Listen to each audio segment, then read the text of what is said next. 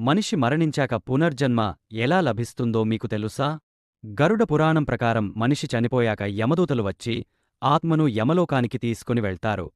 యమలోకంలో యమధర్మరాజు ఆత్మ యొక్క మంచి చెడులను విభజించి ఆత్మ యొక్క పూర్వక్రియల ప్రకారం 4 లోకాల్లో ఏ లోకానికి పంపాలో నిర్ణయిస్తారు. మొదటి లోకం వైకుంఠం. ఈ లోకంలో మంచి పనులు చేసి మోక్షాన్ని పొందిన వాళ్లని పంపుతారు. రెండవది స్వర్గలోకం. భూలోకంలో ఎవరైతే న్యాయంగా ఉంటారో వాళ్లు ఈ స్వర్గలోకానికి వెళ్లి ఆత్మ కొన్ని రోజులు స్వర్గలోకంలోనే ఉండి మళ్లీ భూలోకంలో మనిషిగా జన్మిస్తుంది. మూడవది పితృలోకం. ఈ లోకంలో ఆత్మ యొక్క పాపాలను ప్రాయశ్చితం చేసుకుంటారు. అలాగే వారి పూర్వకులతో కలిసి భూలోకంలో మానవుడిలా పునర్జన్మిస్తారు. నాలుగవ లోకం నరకం.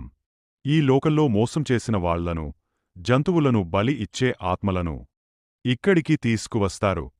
ఆత్మలు వాళ్లు చేసిన తప్పులకి శిక్షను అనుభవించి మళ్లీ భూమిమీద ఉన్న 84 లక్షల జీవరాశుల్లో ఒక జీవిలా మళ్లీ జన్మిస్తారు. ఈ విషయాన్ని మొదటిసారి విని ఉంటే మన ఛానల్ని సబ్స్క్రైబ్ చేసుకుని జై శ్రీకృష్ణ అని కామెంట్ చేయండి.